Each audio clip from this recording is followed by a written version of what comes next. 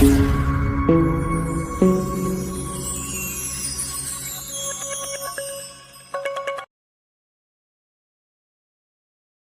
শান্তিপুর নদিয়া জেলার এক প্রাচীন শহর, যার ইতিহাস গাথা আছে সংস্কৃতি, সাধনা আর সংগ্রামের মধ্যে।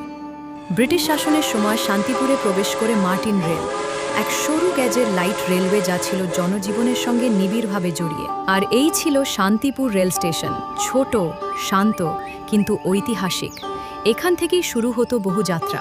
যখন আমি ছোট ছিলাম, শান্তিপুরে ভোর হতো মার্টিন রেলের বাঁশির শব্দে। সেই ট্রেন শুধু যাত্রী নয়, গল্প নিয়ে আসতো। এখানে ছিল না আধুনিকতার ছোঁয়া, কিন্তু ছিল আত্মার যোগাযোগ। প্রতিটি স্টেশনে ছিল এক একটা গল্প।